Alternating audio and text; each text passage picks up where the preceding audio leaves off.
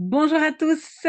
Probablement la dernière vidéo d'aujourd'hui, sauf s'il y a des urgences, hein. Vous savez, vous pouvez toujours revenir vers moi et dire qu'il y a des urgences. Mais je pense que ceux qui travaillent pour les examens de passage ou pour après. Alors, je veux quand même répondre à Abdallah, et pas seulement Abdallah, mais je reçois tout le temps des questions concernant ces fameux tests Saylor. Je ne suis pas spécialement douée ou informée sur le sujet. Si jamais il y a un jour un directeur des tests sellers qui regarde cette vidéo, qu'il prenne contact avec moi parce que j'aimerais bien discuter un peu avec donc c'est l'administration fédérale qui organise ça. Donc, j'aimerais bien en connaître un peu plus. Mais moi, j'ai fait des recherches. Aujourd'hui, c'était spécialement pour Abdallah qui veut faire donc l'article 7 de C, si j'ai bien compris. Abdallah, cette vidéo risque de vous décevoir. Pourquoi? Parce que le message le plus important que j'ai à donner dans cette vidéo, c'est que, quoi qu'on puisse dire, il n'y a pas de méthode miracle pour apprendre une langue. Pourquoi je le sais? Parce que j'apprends des langues. Toute ma vie, j'ai appris des langues. J'apprends énormément de langues. J'essaye de les garder à un certain niveau. Plus on apprend de langues, plus c'est facile à apprendre des langues. Par exemple, comme je connais déjà plusieurs langues germaniques, c'est plus facile d'en apprendre d'autres, ou d'autres langues romanes, plus facile, etc., etc. Donc, j'apprends des langues tout le temps et il n'y a pas de méthode miracle. Peut-être vous le saviez déjà, mais on va quand même des pubs, apprenez une langue en 60 heures, en un mois, en 2 mois, etc. Ça n'existe pas. Euh, oui, et donc il y a aussi des gens qui m'ont posé des questions. Est-ce que ça vaut la peine de résider dans le pays où on apprend une langue? Oui, bien sûr, mais vous devez savoir si vous êtes immergé ou même on peut dire submergé dans une langue, on apprend un peu comme un enfant. Donc, et un enfant apprend aussi à très très bien parler, etc. Mais on a besoin d'énormément de temps. Combien de temps ça prend un enfant d'apprendre une langue? Ça lui prend, on va dire, normalement, vers l'âge de 10 ans, ils ont déjà un niveau assez bon. Donc voilà, ça vous prend énormément de temps. Donc oui, c'est toujours une bonne idée, mais à part ça, vraiment étudier des compétences différentes, c'est une bonne idée. Mais donc, si vous vous attendiez de ma part une explication sur une méthode miracle, vous pouvez tout de suite arrêter cette vidéo, zapper, skipper et faire autre chose parce que ça n'existe pas. OK. Alors, il y a aussi une différence entre étudier pour l'école des examens de passage ou étudier pour le CELOR. Pourquoi? Parce que quand on est à l'école, les professeurs en général donnent des tâches bien spécifiques. Tu dois, par exemple, pouvoir écrire sur ces trois sujets-là. Hein, comme j'ai eu beaucoup de demandes, c'est très, très spécifique. Ou tu dois pouvoir parler de, et souvent aussi à 3 ou 4 sujets, des chapitres qu'on a vus à l'école, etc. Le seller, c'est quoi? Parce qu'en fait, j'ai déjà eu des contacts vraiment personnels avec des gens qui ont essayé de passer ce test. Et une personne qui m'a donné énormément d'informations, c'est en fait Odys. Et très bientôt, parce que Odys, je pense que maintenant il est en week-end, mais très bientôt, j'espère la semaine prochaine ou la semaine d'après, je vais aller prendre un café avec Odys et je vais encore essayer d'avoir plus d'informations parce que lui aussi se prépare pour les tests de Saylor qui ont un niveau assez élevé. Et c'est ça que je voulais vous dire aujourd'hui, Abdallah. Le test que vous allez passer, c'est un niveau très élevé.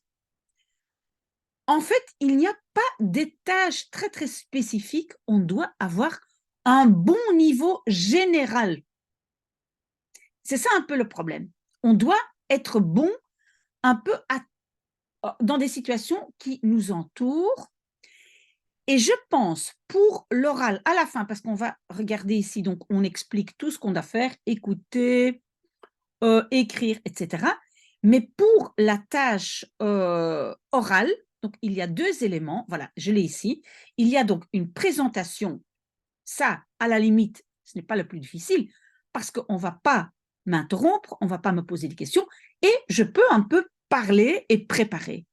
Par contre, je dois aussi participer à une conversation entre un jury et moi-même. Et là, c'est difficile parce qu'on va me poser plein de questions. Souvent, hein, après ma conversation avec Odys, j'ai compris que souvent, ça concerne quand même un peu le travail, mais ça peut être plus large. Ça peut être, est-ce que vous vous entendez bien avec vos collègues? Que font vos collègues? Est-ce que vous allez boire un verre ensemble en dehors des heures, etc. Donc, conclusion de tout ça, pour passer ce fameux test, et je vois ici souvent on parle niveau B2, B2, mais même parfois je pense qu'on parle de niveau C1 qui est déjà, mais vraiment très très élevé. Donc, Abdallah, pour pouvoir faire ceci, on doit être très très bien préparé et se plonger tous les jours un tout petit peu dans la langue. Je ne connais pas votre niveau, peut-être votre niveau est déjà excellent, mais vous devez donc écouter des podcasts, moi je dirais de la VRT, parce que la VRT, pardon, c'est donc la chaîne officielle, on va dire, néerlandophone en Belgique. Vous écoutez des podcasts, vous lisez des livres, hein, de vrais livres, ou avec moi sur ma chaîne YouTube, ou vous-même, en écoutant et en lisant, vous constituez quand même une liste de vocabulaire. Moi, je le fais aussi, c'est des mots que je me dis, ah oui, mais ça, par contre, je ne connaissais pas et peut-être j'en aurais besoin. Donc, des mots intéressants, pas tous les mots, des mots intéressants pour vous, ou des expressions. Donc, vous constituez en permanence votre liste de vocabulaire. J'ai aussi déjà signalé que vous devez avoir une liste de vocabulaire, euh, une liste, on va dire, vocabulaire passif et une liste de vocabulaire actif, parce que comprendre, on doit beaucoup plus comprendre passivement, juste comprendre, que d'utiliser de mots. D'accord? Donc, ça, c'est important. Ça, c'était à vous de faire le tri. Moi, je le fais personnellement aussi pour les langues que j'apprends. OK, donc, on a écouté, lire.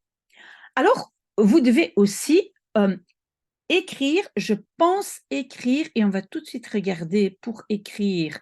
Donc, écouter, lire, ça c'est parler, et écrire. Donc, écrire aussi, ben, c'est assez difficile. Pourquoi? Parce que vous êtes capable de rédiger, oui, décidément, oui, pardon, un texte simple et cohérent sur des sujets familiers, mais vous devez donc, regardez ici, plusieurs tâches. Une rédaction, un compte-rendu, un texte purement informatif, un texte argumentatif exprimant votre point de vue en faveur ou à l'encontre du sujet, une décision, des lettres, des emails, des textes sur des opinions, etc. Donc, ça veut dire tout, tout. Pour faire ça, pour apprendre à écrire, vous faites quoi? Ben, si vous voulez suivre ma chaîne, ben, en fait, je viens de poster une expression écrite pour Tariq où il doit exprimer son opinion sur les personnes qui n'ont pas de job en Belgique, par exemple. Et donc, vous faites des expressions écrites non-stop. Ici, on est dans un niveau très, très élevé. D'accord? OK. Et alors, parler, ben, parler, comment est-ce que s'entraîne à parler? Ben, en fait, il y a deux choses. Moi, il y a deux choses que je fais. Je parle à moi-même devant un miroir. Je me dis, ah, aujourd'hui, je dois parler ben, par exemple, du chômage en Belgique. Voilà, et je commence à parler. Un autre jour, je dis, ah, ok, je vais parler sur mes collègues, les gens qui m'entourent de façon professionnelle, comment sont-ils, quelle nationalité, etc., etc. Voilà. Donc, on prend un sujet, on s'entraîne devant le miroir et puis on est bloqué quelque part. Aïe, je note le vocabulaire que je n'ai pas dans la liste active. Bonne idée aussi, c'est de s'enregistrer parce que quand on cherche les mots et on est en train de le faire, on n'a pas toujours le temps d'analyser, de noter. Donc, je commence à parler, j'ai mon téléphone et je m'enregistre. Et après, j'écoute. Ah oui, là, j'ai quand même pas. Oui, j'ai un peu tourné autour du pot. J'aurais pu utiliser le mot là, mais je ne le connaissais pas, donc je le cherche, d'accord? Et alors, là, la seule chose qu'on ne peut pas faire seul, c'est vous devez trouver un chat buddy. Moi, j'appelle ça un chat buddy. C'est quelqu'un qui va discuter avec vous. Donc, ça veut dire quoi? Ou bien vous faites un échange, vous trouvez quelqu'un, vous lui parlez dans une langue que l'autre veut apprendre, et après, vous pouvez lui parler une demi-heure en néerlandais. Vous faites un échange, voilà. Ou vous payez quelqu'un pour le faire. Mais ça, là, évidemment, on est dans le payant et ça, c'est pas idéal. Moi, je rêve encore toujours, et même ça, si ça existe déjà, je rêve de le faire gratuitement. C'est donc une application, créer une application où on fait des échanges. On trouve des chat buddies. Voilà. OK, donc si quelqu'un veut le faire à ma place, bah, très bien, mais moi, je rêve de le faire parce qu'il y a beaucoup de gens qui aimeraient bien parler mieux et qui ne trouvent pas facilement, parce qu'on cherche sur Internet, souvent, on tombe sur des profs, mais c'est toujours payant. Moi, je suis plutôt dans l'échange ou dans, parce que je suis sûre qu'il y a des gens qui le feraient de temps en temps comme bénévole. Donc, je rêve de ça avec ma chaîne YouTube. Je n'y suis pas encore. Abdallah, conclusion, il faut travailler tous les jours, tout le temps, tout le temps, tout le temps, s'entourer de la langue, parler, s'exprimer, lire, écouter non-stop. Je fais du vélo, je vais au travail à vélo ou autrement en transport en commun. J'ai dans mes écouteurs, mes oreillettes, j'ai un podcast en néerlandais que par après peut-être je vais raconter à moi-même devant un miroir. Mais donc, à part ça, je ne peux pas vous donner beaucoup de conseils. Votre niveau doit absolument être top top. Et quand j'aurai vu Odyssey, je vous donnerai encore un peu plus d'informations parce que lui, vraiment, il s'est préparé à fond, il essaye de faire un maximum. Je suis curieuse d'avoir de ses nouvelles, mais s'il a d'autres conseils à vous donner, je les posterai en dessous de cette vidéo. Bonne chance, pardon, Abdallah. Il n'y a pas comme ça une chose à préparer et un conseil à donner. Non, il faut être sur tous les plans et voilà, être très, très motivé. À part ça, s'il y a d'autres questions, je suis là. Voilà, moi, je continue mon café. Maintenant, je vais voir un peu ma famille. Et voilà, un très, très bon dimanche. Et s'il y a des urgences, voilà, vous me le dites. À très, très bientôt.